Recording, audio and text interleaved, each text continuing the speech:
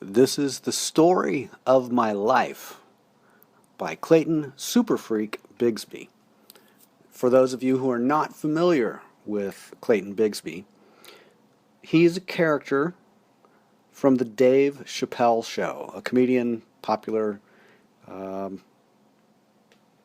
or 15 years ago. This is now the beginning of 2015.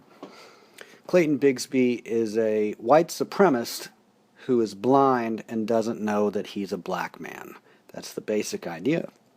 So this is the story of his life, which really doesn't have a whole lot to do with the Dave Chappelle character. But I found it a interesting pseudonym to use for this content. So here it is, the story of my life. Which kind of life do you live? You'll have to tell me, said the blind man to the child, because I can't see any of the details of your life. Ah, yes, that does make sense, said the child. Obviously, you'll only know what kind of life I'm living from what I say about it. First, said the blind man, is your life a life of gratitude and rewards for past deeds? We could call this a life of eternal rewards. That's the life in which you are grateful for all that is present now in your life. You might even be grateful for the fact that certain things aren't present. It's just gratitude. Everything that is in your life you relate to as a reward for your past. You can say that your past is what justifies your present gratitude. For your past includes what you call above average justifications for being grateful. You had privileges and you had advantages and luxuries and wonderful things that many people don't have. People in the 19th century wouldn't have had, and people in certain parts of the world don't have. And you think about how much better you are, or how much better your life is than so many other lives. So you have a choice of what to compare yourself to, and you select things that you don't like as much as what you got.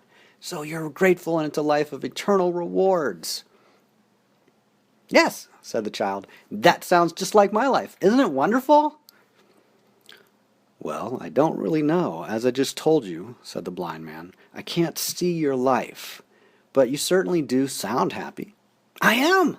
I'm always happy, said the child. That is exactly what my mother always says, too.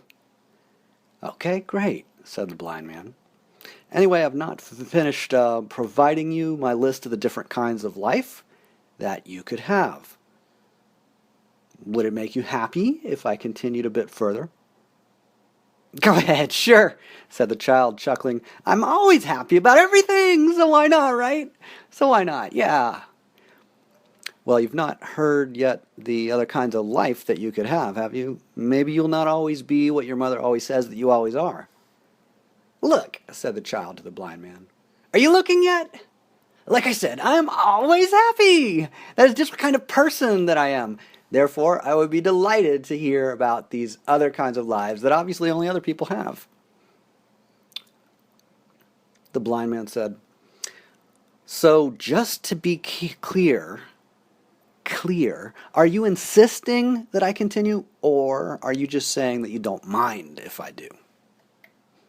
Of course I care about all these different kinds of lives, said the child. I'm a very caring person, right? But as for insisting, no, I'm not like that. I would not say that I am insisting, and it is a bit rude of you to even accuse me of such things. But I'm a forgiving person. So let's just get something straight. I am very happy. So I'm expecting to be totally delighted by whatever you say. Got it?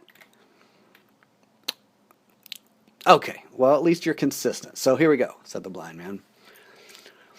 Next, after the life of eternal rewards, the next one is a life of eternal punishment. Is your life a life of regrets and resentments and punishments for past deeds? That's the life in which you feel regret for all that is not present now in your life. focusing on what is absent but should be present according to some ideals of how your life should be. That's the life of eternal punishment. In this case, you can consistently say that your past justifies your regret. You had a troubled past.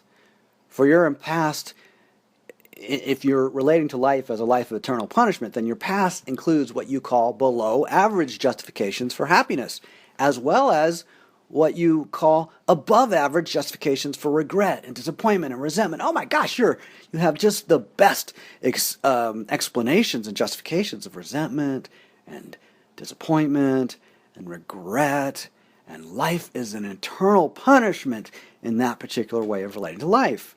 Do you get that? Can you does that make sense? Yeah? Seriously?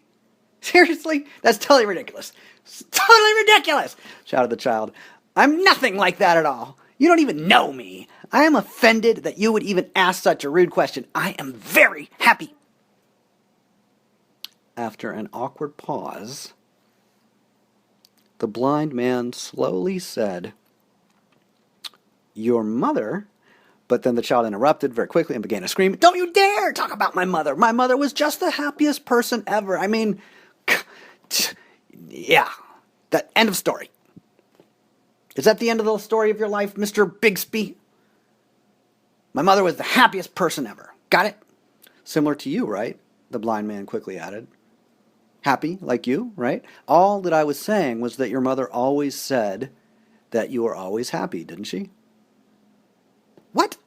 Look, that is not what you were about to say, said the child. I know what you were about to say, and that was not it. Well, let's move on then, shall we? Said the blind man with a mix of skepticism and caution. Unless you want to stop for any reason, such as any pre-existing time commitments, anything you need to get, you need to get finished before tomorrow, anything you want to, bring up now before we keep going that you can use to stop this process? Anything? No? Okay.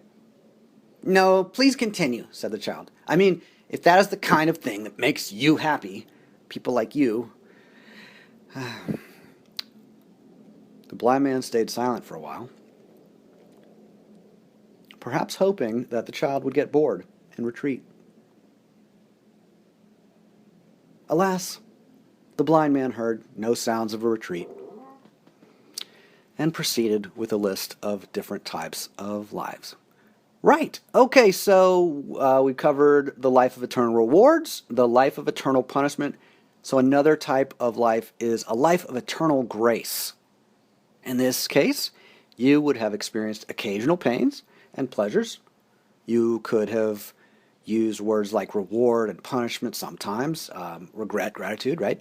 But now you say that such words are foolish and meaningless, at least in regard to reward and punishment. I mean, there's certain words that you're better than those words. You're not like the kind of people who use those words. You do not need to list a bunch of justifications for explaining why your life is one way and not another way. Like, you're just a human.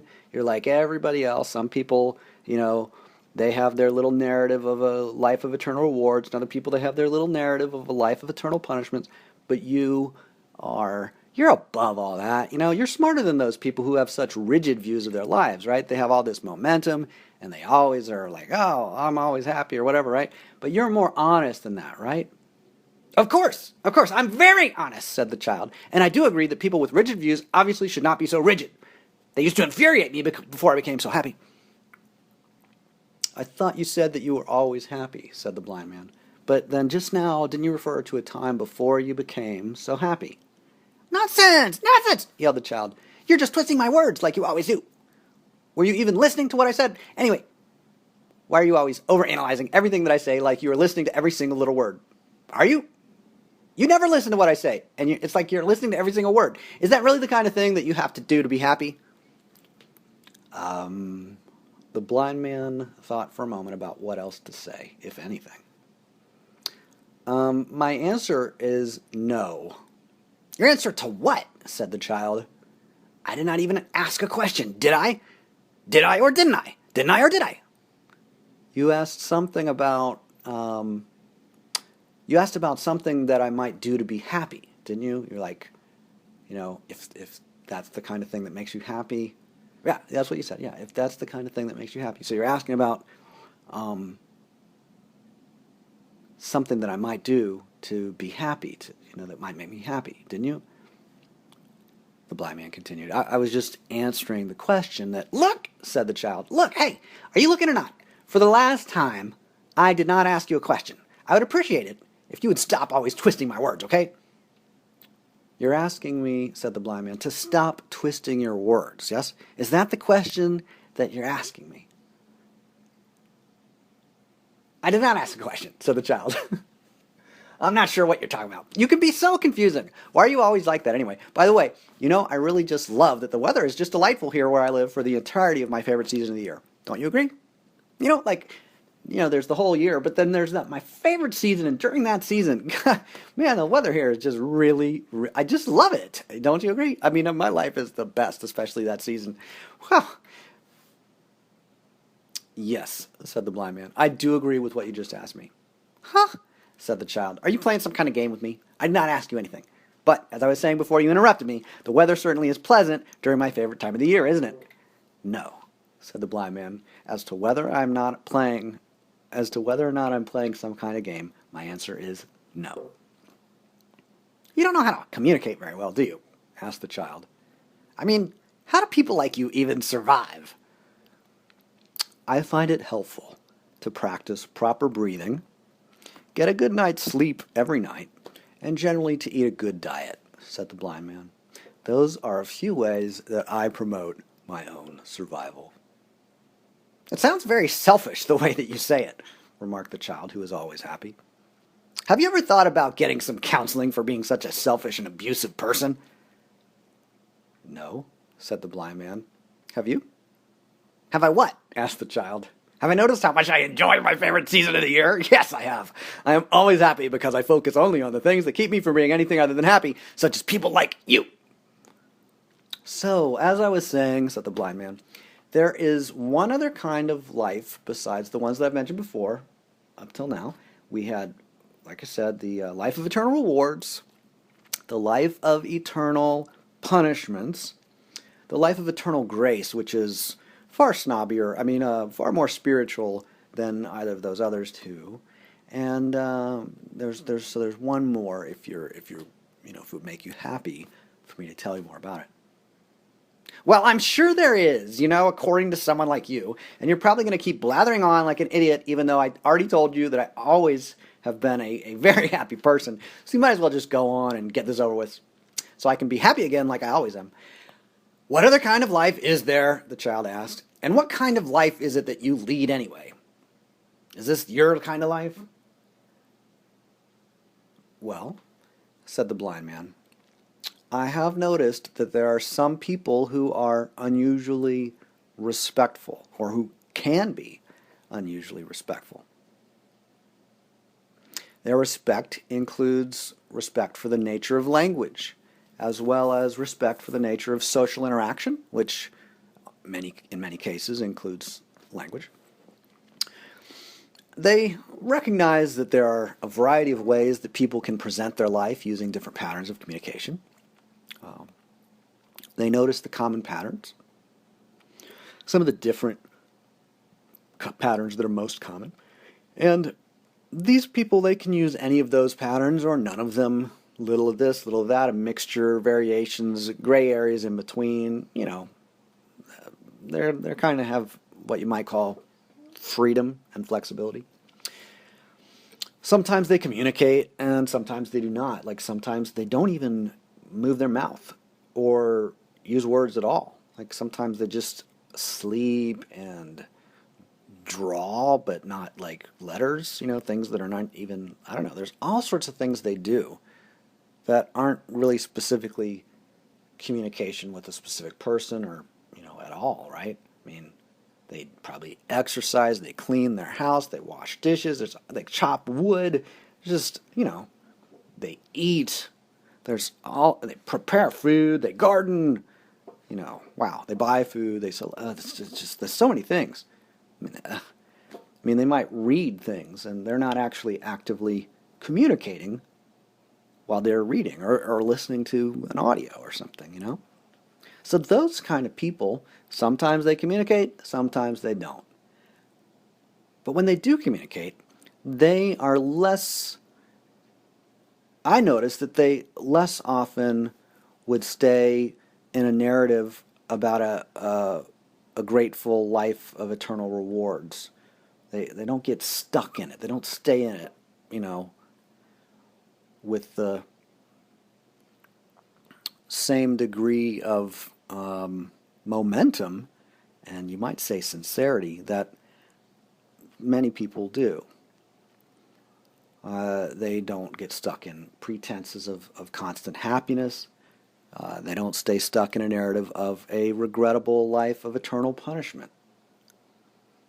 And failures and disappointments and regrets and blames and criticisms and, victimhood and so on. They also do not stay in a narrative of a life that rejects all forms of reward and punishment. And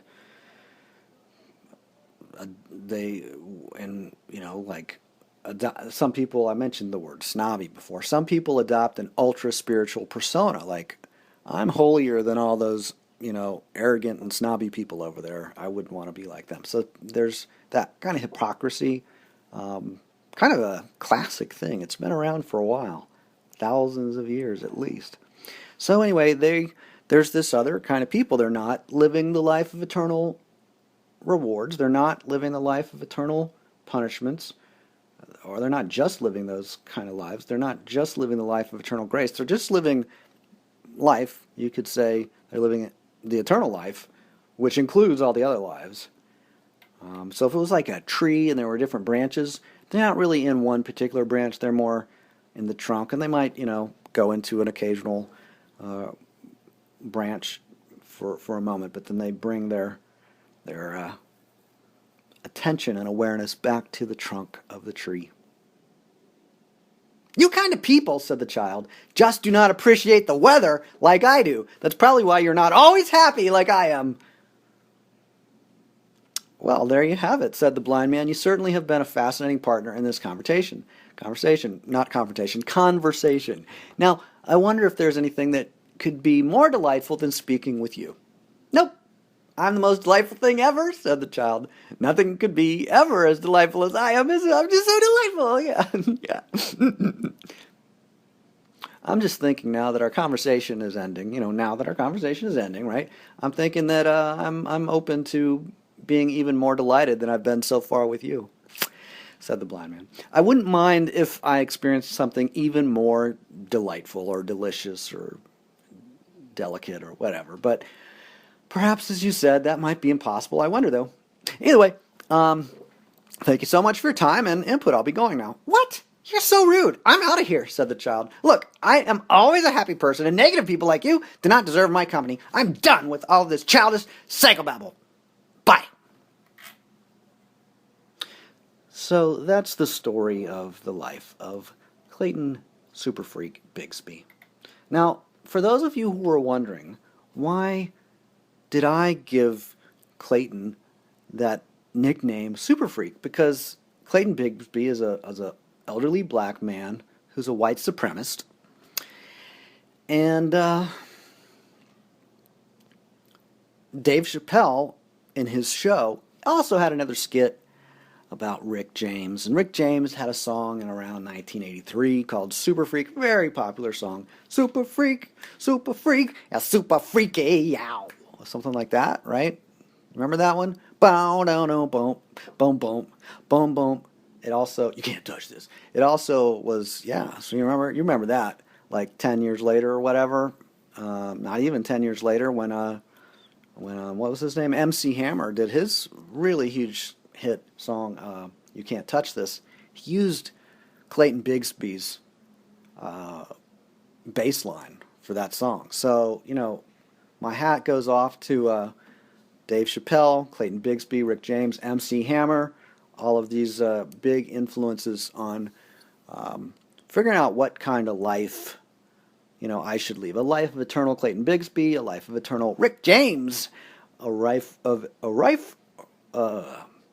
kind of, language I should use or could use if I didn't should have to, there wasn't a particular way that I should. There's different ways I could. Yeah. So, what else? That is the story of my life. I mean, it's just part of it, actually, because, what is this? I don't know. This is like 20 minutes, so, I mean, my life is not done yet. So the eternal life, it's not actually over yet. See, some of the other lives, they're kind of like talked about like they're over. This is how my life is, and this is how that person is, and it's a little different from the eternal life in which, my attention flows and words come and go, and some stuff I might say, oh, I lost my mind, or I have a mind to give you a piece of my mind, young child.